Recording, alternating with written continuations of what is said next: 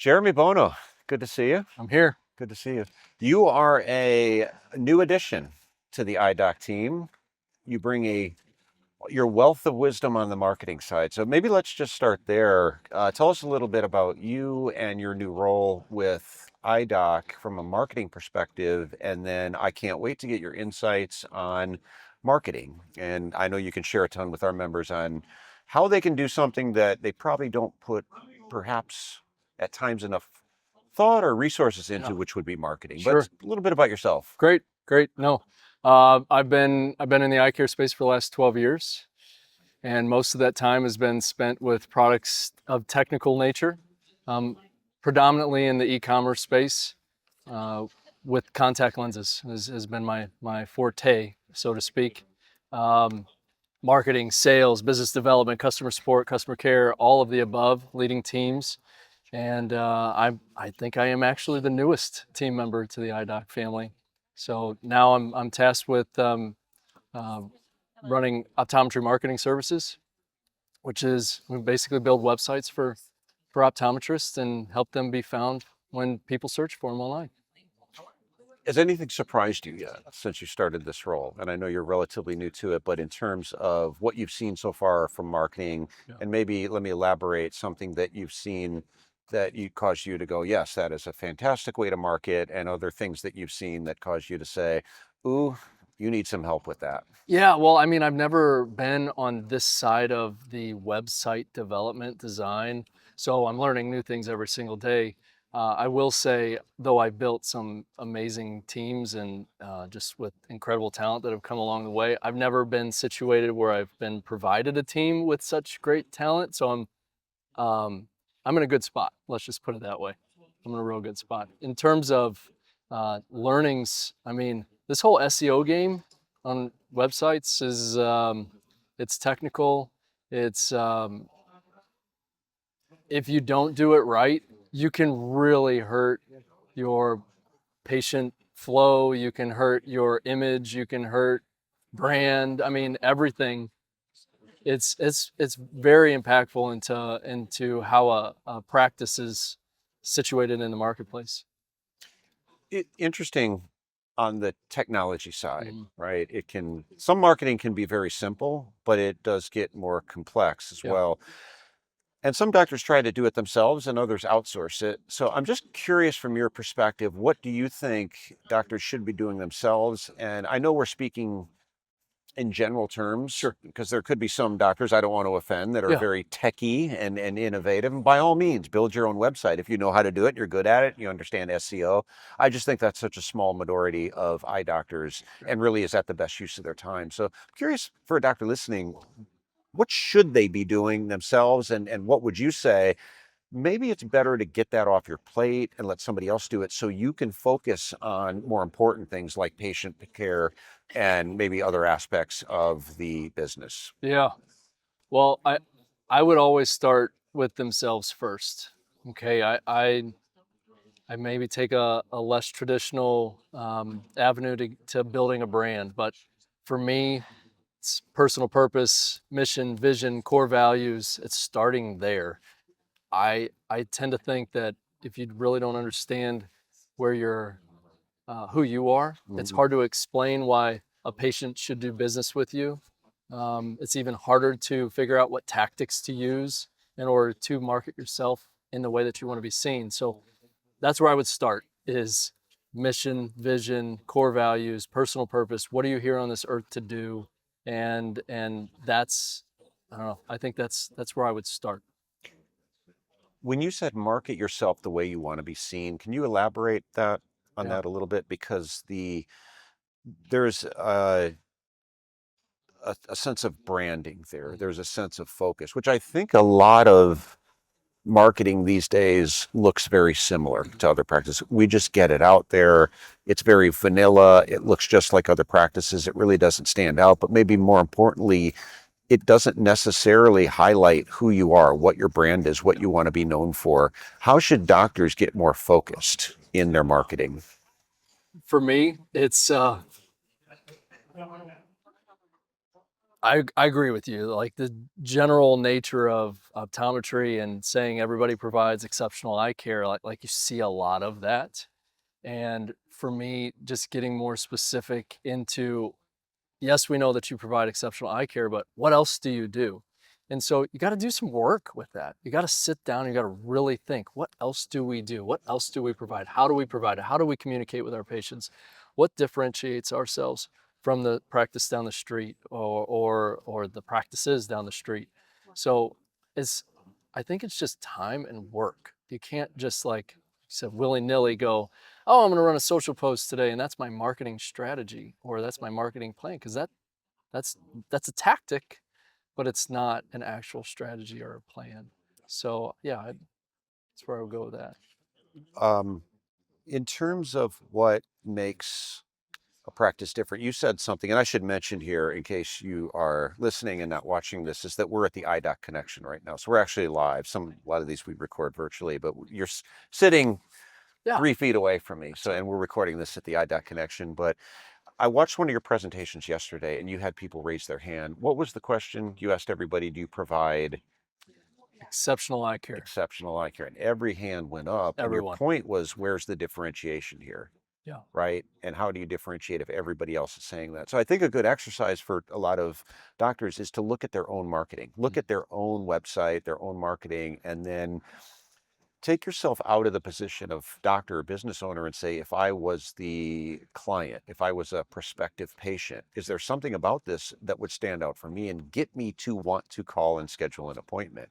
And if there's not, then I think you need to keep working on it. Yeah. But I think it's a real opportunity too to say, no, this looks like a lot of other websites, this looks like a lot of other Facebook posts, is start to get clear on what your, and maybe we could talk more about that. You talked about a SWOT analysis, Yeah. and for people who don't know who that is, what are your strengths, your weaknesses, and what are opportunities and threats? But this might tie into that and be a good opportunity. Could you elaborate on the SWOT analysis that you talked about yesterday?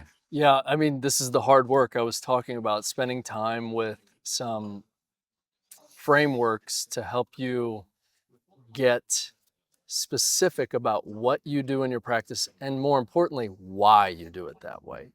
And so if you go through an exercise and you're asking yourself, what do we do really, really well?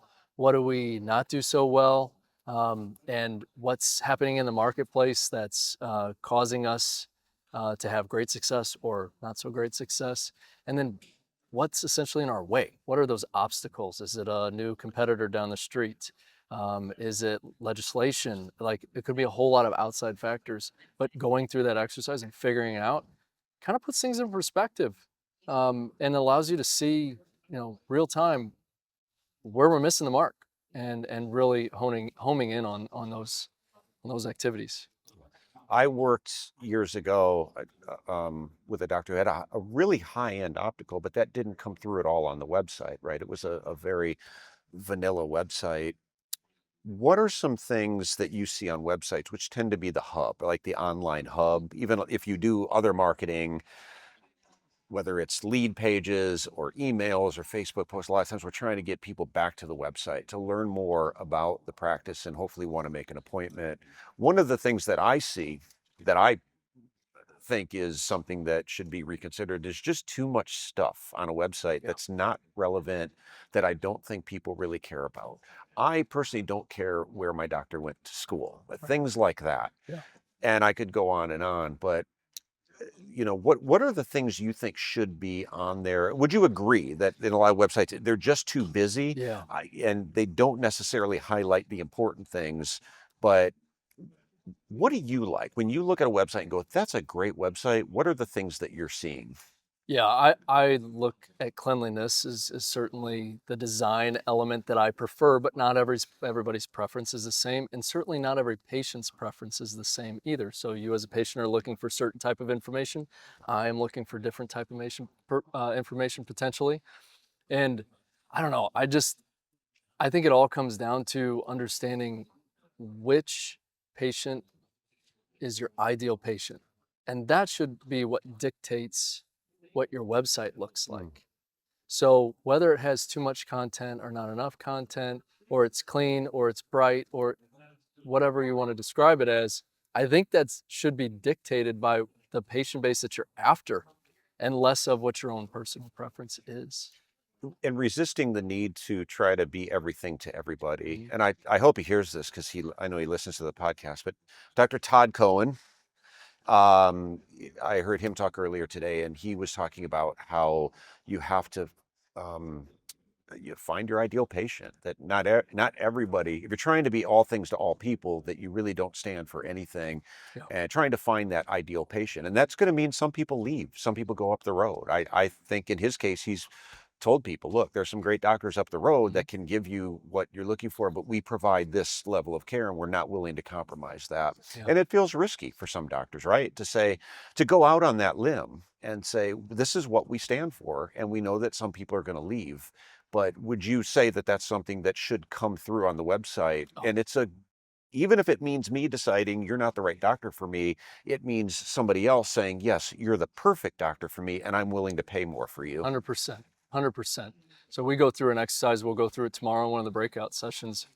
And we'll go through it, and it's got 4 pieces to it. And so we'll go through demographics, we'll go through psychographics, we'll go through interests, and we'll go through buying preference.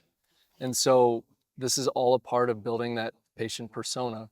So demographics, where you live, what you look like, how old you are, male or female, what you do for a living, psychographics, what motivates you. I think that's the key piece that we're trying to dig into is the mindset of the patient within the psychographics. How do they want to be communicated with would be another example of what to seek in that psychographics.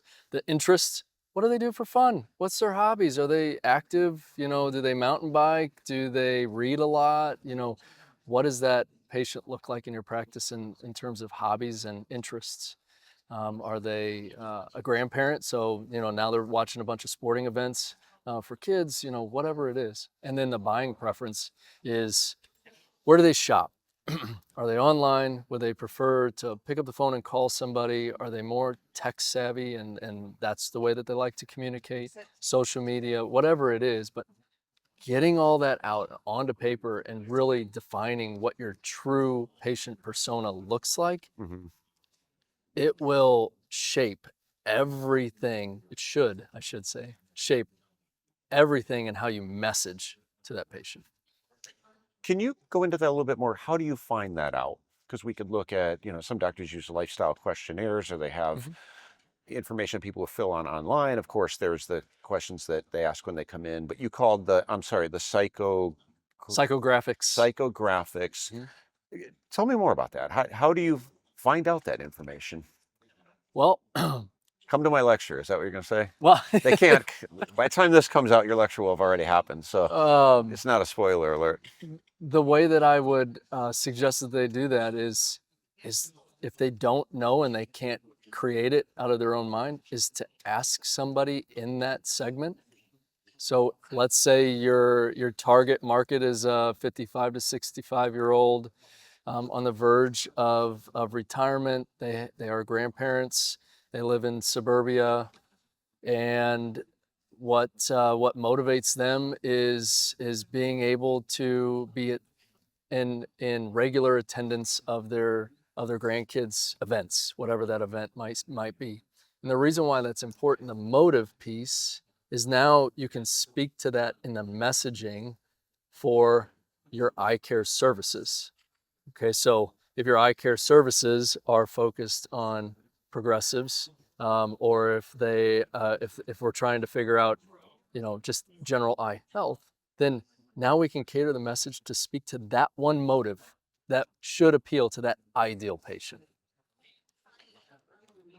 I think it's important to a couple of things to consider as you're trying to define that ideal market. One is knowing what you're passionate about as well. Mhm. I think that's going to come through in a lot of that, but also listening to the patients. What are they commonly complaining about that helps you better understand areas of opportunity, Mhm. and that helps you, I think, refine that brand because that could change over time. Sure, And absolutely. so, how do you think? marketing is going to change as technology changes and AI comes to mind, Oh yeah, right? There's that's people that say, yeah. well, eventually AI is just going to create a website in 60 seconds. And I know there's AI that does that. I don't know how good it is yet. It's probably not at the level of, you still need a lot of human input on SEO, design, things like Yeah. that, pulling content together. So maybe that's at least at this point, an exaggeration. But how is it going to change over the years and what should doctors be watching for? I think it specifically with AI, I mean, I think it helps really just help us be better at marketing to patients if we use it to our advantage. Certainly from a being responsible for a website division, Hmm. it could be a threat. For us, it certainly could be a threat. But for the practices, I think we use it to our advantage so that we can get to where we want to go faster. Hmm. Okay, so, and I would encourage anybody to go through that exercise of demographics, psychographics, interests, and buying journey. I would encourage them to utilize AI, see what it thinks too. Here's who we are, here's what we do. You got to feed it all those prompts first, but then see what it spits out and then make adjustments and tweaks to it along the way.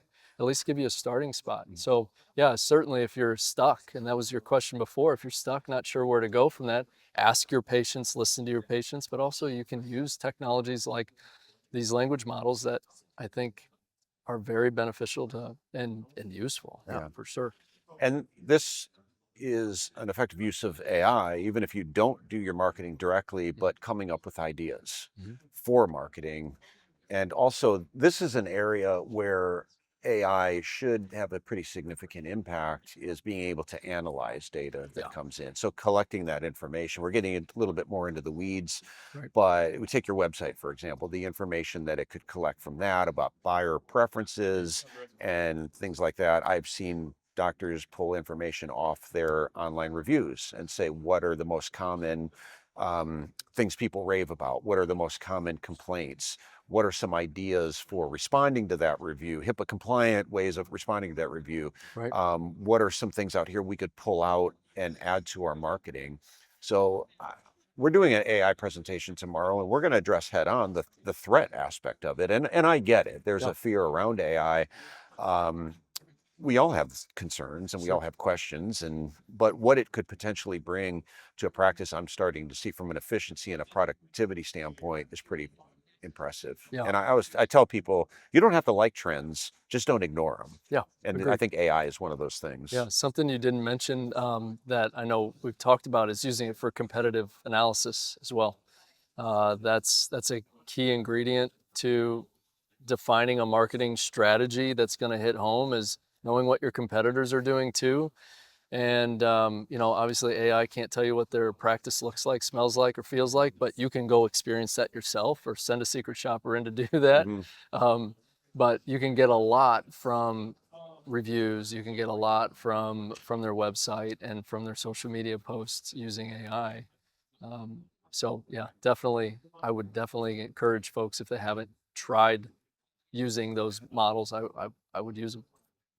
It's a great point. Looking at your competitors' marketing, look at their website, look at their Facebook page. It's not that hard to find these things, and I think it's a great way to one help again define your brand. Mhm. How can we be different within our community? And also, how do we adjust our marketing Yeah. accordingly? Because if you're looking at other people's websites and everybody around you has this spectacular website and Mhm. yours is a DIY, Yeah. do it yourself, out of the box website, that you're probably not going to show up on a lot of searches. But at the same time, it's an opportunity for you to look at other people's websites and design something better and probably outsource that to somebody else. Yeah. We've seen the same. We've seen a similar thing where the competitor's website looks poor, Hmm. like it's not a good look on them, but they always rank high, and they always rank high because the people that are managing the SEO on the back end are doing their job. Thankfully Hmm. I'm not that person here Yeah, at me Optometry neither. Marketing Me neither. Services. I mean, we've got a whole team of experts that manage design and they manage content. I mean, our content manager, she wrote 600 blogs last year. We've got an SEO manager and we've got two strategists that that run the day-to-day operations, and I mean, that's who makes Hmm. what we do successful. And So neither of us being the top expert at SEO, but you probably having more background in, as a marketing person. In simple terminology, you don't have to go deep into the weeds, but what is SEO and why is that important? yeah, so it stands for search engine optimization, and it doesn't have to just do with Google. I mean, Mm. it's all search engines, and it's essentially how those search engines define relevancy of your website. So think of Google as a middleman, and that middleman exists to find what you're searching for in a high relevancy situation. So if you're searching for new tires, then my job as Google is to go find you, based on your search, the best fit, the best referral source for you in your search. And if they did a terrible job at finding you a resource, you probably wouldn't go back to them. Just like your buddy who said, go see that guy, and it was a bad experience, and you know, you wouldn't want to go back to that guy. So Google's the same way. Searching is the same way. SEO is all about relevancy, and it's driven by two main things. It's driven by on-page and off-page. On-page aspects have to do with like keywords that are hidden in your headers, your meta tags. It has to do with your links on your page. It has to do with how fast it loads. It has to do with how long the site's been around. And it goes into more than that. Off page has to do with backlinks. So how many Yelps, how many other sites link to your site. It has to do with social media posts that cite you as a source. So all those aspects go into figuring out how relevant is your site. And the more relevant your site, the higher you show up in search. So to bring that back to real world application, let's just say you had a dry eye specialty. You want to be the person who shows up high, preferably number one, really Yep. high on that list when somebody says, what would a search term be? Dry eye in your Dry city eye and near dry eye me. doctor, dry eye near Yeah. me, right? That is critical to be near the top of that list. And everything you're talking about in terms of managing SEO, I would think sounds really outside the scope of the average OD, Mostly. which is fine. Yeah, I mean, I don't want that thank unless they like it. yeah, I would say don't do that. And this will be a shameless plug for our services. Unless you like that and you're good at it and you really understand it and you have the time to keep up with the changes, let somebody else do it. I would say give us a call. I will flat out say that. Give us a call and let us do that for you. well, I thank you for that. And I also would say there's a reason why you have an optician. If you're a doc, there's a reason why you have an optician. And that reason is because that individual can sell glasses at a heck of a lot better clip than you could seeing patients in the eye lane. So use your resources is basically, and we're happy to be one of those resources. With so many options available to market, and that brings us into, a website, Facebook, email, different online options. Is there any that you see stand out? Or is it one of those answers that it would be, it depends? Yeah, it does depend for all the reasons that we already talked about. You know who you are and who you want to market to. You know, so your ideal patient that you're really targeting. But the biggest thing is where do they spend the most time? I think that's a good question to ask yourself is where does that patient with that patient base spend the most time? And it's going to be a couple of places. It's usually going to be either online, it's going to be on their phone, or it's going to be on social media. Um, it could be newspaper, it could be on TV. I mean, we're really stretching out the marketing channels at that point. But I would start with, one of those three: social, I would start with the text and mobile, and then I would go with website too as well. So for online purposes. So I, it does depend, but that's where I would start. And you don't have to make it complicated. Like to get into those spaces, you're talking, 500-600 bucks to resource and budget, spending on those on a monthly basis to test things out. Mhm. Run an ad on Google Ads, run an ad on Meta, and see over a 3-month period of time, what worked, what didn't, what to change. It doesn't take much, and you're going to get clicks right away. I Hmm. mean, that's the best part. If it's working, you're going to get clicks right away, and you're going to get conversions right away. So yeah, that's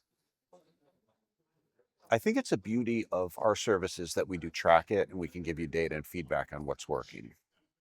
Not all marketing can do that, yeah, but where we have the ability to do that, you start to see what works and what doesn't and make adjustments from right, there. absolutely, yeah. You if you, it's hard to figure out what the score is without a scoreboard. Right. Yeah. So we have all that data, and actually, we just got the 2024 numbers back, and we saw conversion rates at like 22%. We basically spent $100,000 managing ads for our 20 customers that are running ads, let's say, and we spent $100,000. We got 22,000 clicks on those ads. We got 5,000 of those converted. So patients actually did what we were asking them to do, which is to call or to schedule an appointment. So that's 22% conversion rate. And without that data, we wouldn't be able to say how impressive that is. But I think Google is running like a 7% clip for conversion, and we're at 22.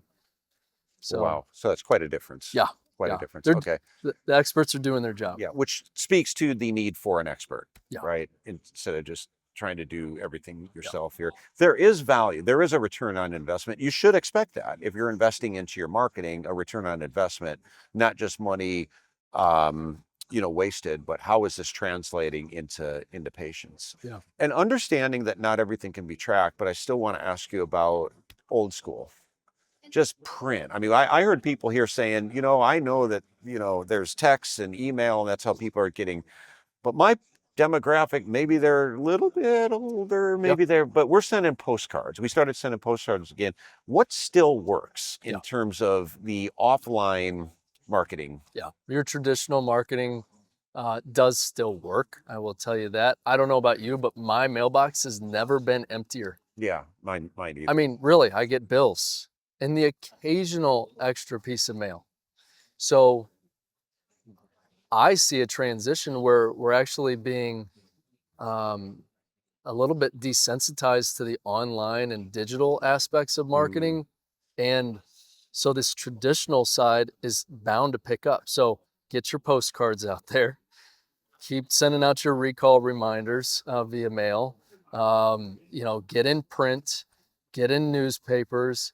If it's, I mean, we're going way outside the scope of traditional optometry marketing, but if you're looking to drive new patients, get on radio, get on billboards, whatever it takes, to appeal to what your real goals are within your marketing strategy. But yeah, you cannot discount traditional marketing, especially now. I feel like we're in this transition period where now when one is so heavy in hmm the digital space, the traditional side is really going to pick up.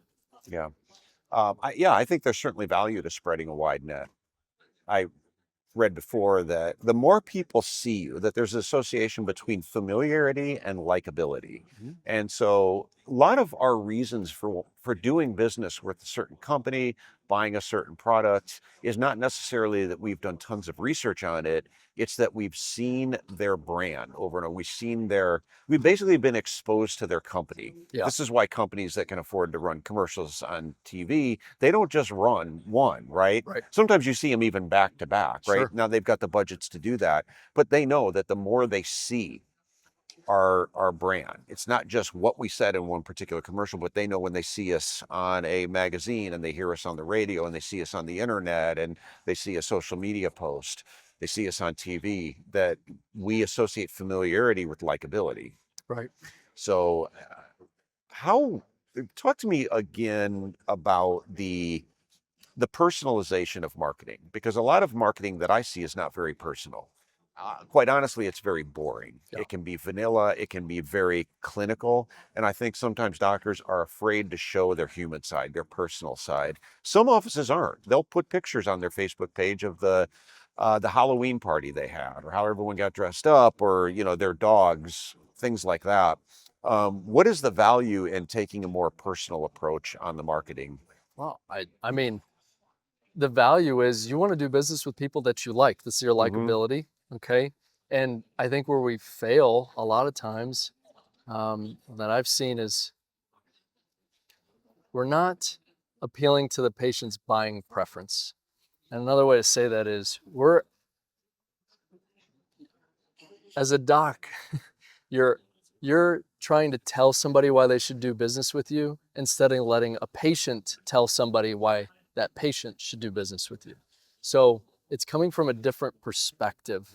Instead of it being why I think you should do business with me, I would rather have somebody else tell you that. Hmm. And I think that's a major mark that's missed is just perspective. You could say the same things but come at it from a different way. Have a patient say it is an excellent trick.